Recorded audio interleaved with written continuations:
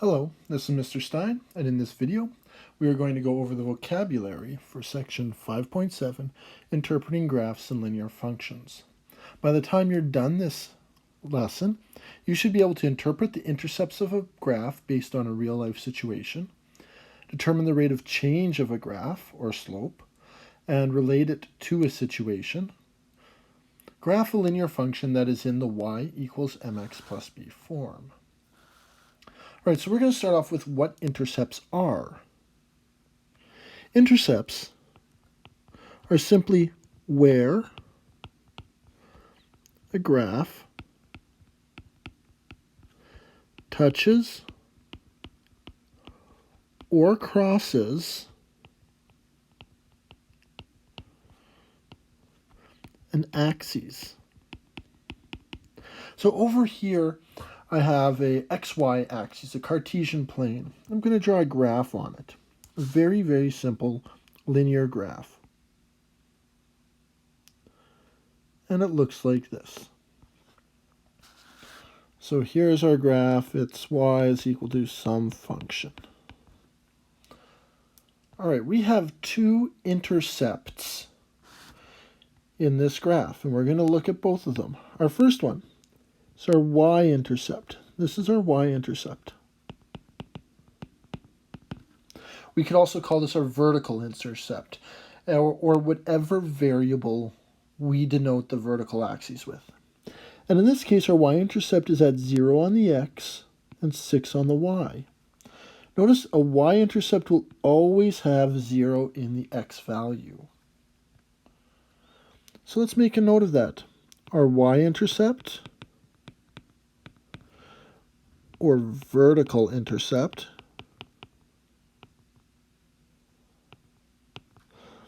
will always be at a point where 0 and then some y value. Always be at 0 and y. Y could be any number. As you can see in our example, we've got 0 and 6. So to determine the y-intercept of a function, we can find it by putting x equals 0 into our function equation.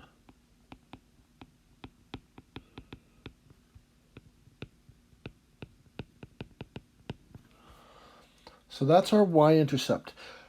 To find our y-intercept, we take 0, we put it into our function equation, we figure out what x values will give us. We put x equals 0 into our equation, figure out what y values will give us x equals 0. Now, we have a second intercept on here. We have a horizontal, or in this case, an x-intercept. And our x-intercept here is located at 3, 0. Notice that it will always have a 0 in the y value. So our horizontal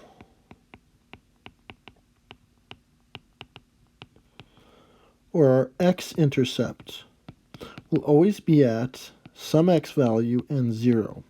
And we can determine it by putting y equals 0 into our equation and solving for x. So we use y equals 0 in our function equation.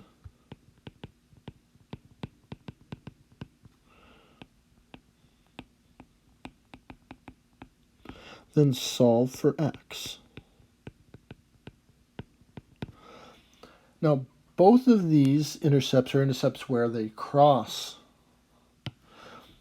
We can also have intercepts where it just touches, for instance, like this. Here we've got a curved graph, nonlinear graph, and this one here has an intercept right here. This would also be an intercept. That would be an x-intercept or horizontal intercept. It just touches the graph in one spot and then goes back. All right, so we're going to talk about in a linear function. In a linear function, we're going to write them like this: y equals mx plus b. The start value which is what I call it when I teach patterns in grade 5. I call it our start value. Our vertical intercept, or our y-intercept, is given by this number right here. This is our y-intercept number. So we will have a y-intercept when x is 0 and at whatever value b is. Right, as an example, if I use this as an example, y is equal to 3x plus 1. I'm going to draw a table of values for this graph. To figure out the y-intercept, I put 0 in for x. If I put 0 in for x, I'm going to get 3 times 0 plus 1, which y will give us plus 1. There is our y-intercept. And then, of course, when I put 1 in, I'm going to get plus 4. When I put 2 in, I'm going to get plus 7. But right there is our y-intercept for this linear function in the form y equals mx plus b. Now, y equals mx plus b also gives us our rate of change or slope. M gives us our rate of change.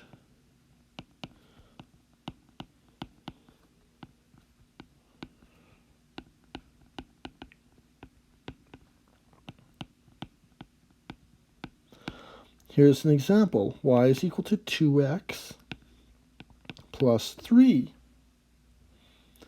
Our slope here is 2. When I build a table of values for this, x and y, if I put 0 in for x, I'm going to get my y-intercept. 2 times 0 is 0, plus 3 is plus 3. Right here, that's my y-intercept. Right there, that's my y-intercept. Now when I put 1 into this equation, 1, 2 times 1 is 2, plus 3 is 5. Then I put 2 in, 2 times 2 is 4, plus 3 is 7. 2 times 3 is, then I put 3 in, 2 times 3 is 6, plus 3 is 9. Now if we look here, this goes up by 1 each time. This is our run. And this is our rise. Our rise goes up by 2 each time.